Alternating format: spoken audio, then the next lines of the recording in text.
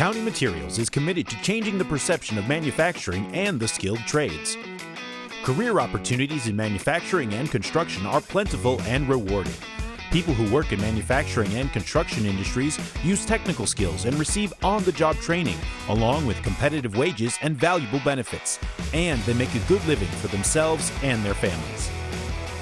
I don't think everyone has to go to a 4-year university to be successful in life. I think there's other routes to the end goal, and I think the trades is one of those routes. The reason we started this class was because there's not enough people or students getting interested in the trades. So first of all, the goal of the course is to get students exposed to the trades, but then also give them some entry-level work experience. So if they do decide to go into the field, they have some experiences under their belt that they can capitalize on.